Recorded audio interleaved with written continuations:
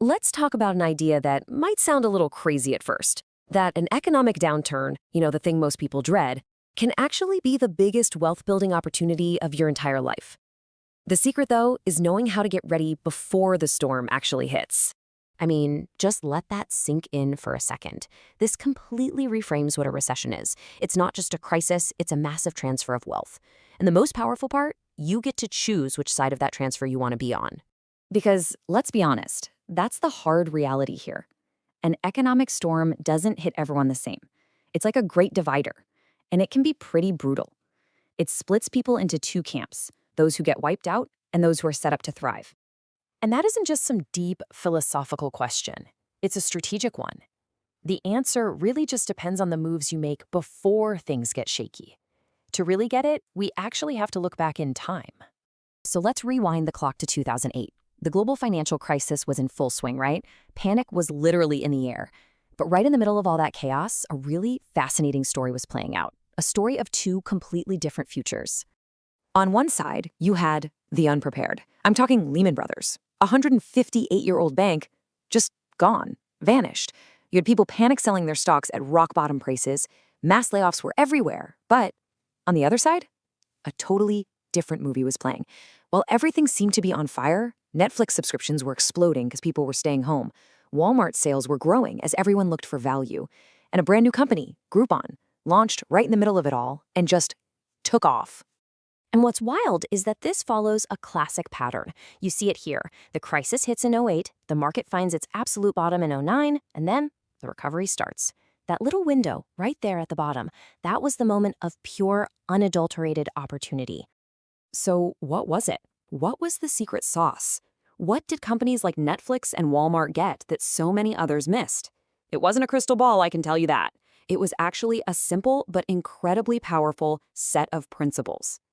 And you can boil down all those principles into 3 core rules. These are the rules that the prepared folks follow, whether they even know they're doing it or not, to not just survive a crash, but to actually use it as a launch pad. All right, here they are. Rule number 1, you have to accept that you can't predict the market. Rule 2, you have to trust that it will always rebound. And rule 3, and this is the most important one, you have to prepare relentlessly for that rebound. So let's break these down one by one. Okay, first up, accepting unpredictability. The people who get totally wiped out are usually the ones trying to time everything perfectly. They want to sell at the absolute tippy top and buy at the absolute bottom. It's basically a gambler's mindset, and it almost never works. The prepared, they don't predict. They operate on principles. And that brings us to rule number 2. Trust the rebound. Now, this isn't just wishful thinking. It's historical fact. I mean, look at any major crash in history. 1929, 1987, 2000, 2008. Every single time. The market has eventually bounced back and climbed to even higher peaks.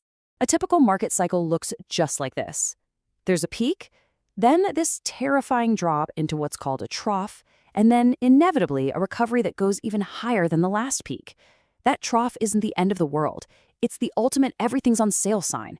It's the buy low opportunity. And that leads us to rule 3. And this is the one that puts all the power right back in your hands. Preparation.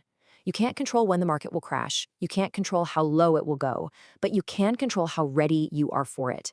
And this part is absolutely critical. Wealth isn't really made in a crash, it's transferred. It moves from the unprepared people who are forced to sell to the prepared people who are ready to buy.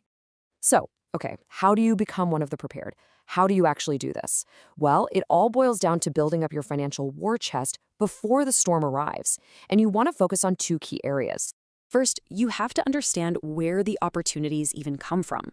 They come from distress. The unprepared are often forced to sell their valuable assets at a huge discount because of what some call the 3 Ds: death, divorce, or default. See, a major life crisis combined with a bad economy, it forces their hand. Your preparation is what allows you to be the buyer in that situation. So job 1 is to build your capital. This is your dry powder. You have to create an emergency fund so that you are never a forced seller. You automate your savings so you're constantly growing that war chest. And, so important, you attack any high-interest debt that's just draining your cash. In a downturn, believe me, cash is king. The second piece of the puzzle is building your credit. Now, why is that so important? Because when those amazing investment opportunities pop up, maybe in real estate, maybe in a business, you're probably going to need to borrow money to jump on them. a great credit score gives you access to cash and at good rates when basically nobody else can get it. This part is absolutely non-negotiable. When you really internalize these rules and you start taking these actions, your entire perspective on the economy it shifts. You stop looking at downturns as something to be afraid of. Instead, you actually start to see them with anticipation. Yeah, you start to see the next downturn not as some random scary threat, but as a predictable appointment on your calendar. You might not know the exact date, but you know it's coming. And that knowledge means you can spend all the time between now and then getting ready for it. Because another crash and another rebound are absolutely inevitable. It's just a natural part of the economic cycle. So the only real question left to answer is this: when that moment of maximum opportunity finally arrives, will you be ready to act?